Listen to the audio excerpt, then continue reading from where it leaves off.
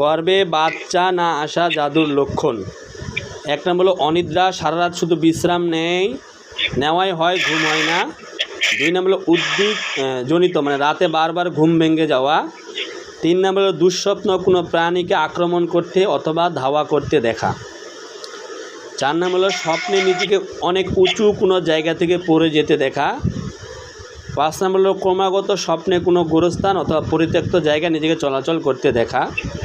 6 নম্বর হলো স্বপ্নে ভয়ঙ্কর প্রাণী দেখা। 7 নম্বর হলো ঘুমের মধ্যে অতিরিক্ত হাসি, কান্না, চিৎকার, গঙ্গানি। 8 নম্বর নিয়মিত ঘুমের ঘরে হাঁটা।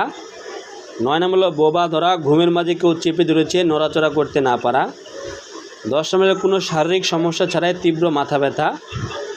11 নম্বর হলো আল্লাহ, রসুল সাল্লাল্লাহু আলাইহি সাল্লাম এবং ইসলাম, এক কথায় নামাজ, তেলাওয়াত, জিকির আজকার ব্যাপারে তীব্র বিতৃষ্ণা লাগা। আর 12 নম্বর হলো সবসময় প্রচণ্ড অমনোযোগী, অলস এবং মানসিকভাবে বিক্ষিপ্ত থাকা। 13 নম্বর হলো কোনো শারীরিক সমস্যা ছাড়াই প্রায় তীব্র খিঁচুনি। 14 নম্বর হলো কোনো শারীরিক সমস্যা ছাড়াই শরীরে বিশেষ কোনো একটি অঙ্গে তীব্র ব্যথা। 15 নম্বর হলো বুক ধরফর করা, অস্বস্তি লাগা। 16 নম্বর স্বপ্নে সাপ দেখা।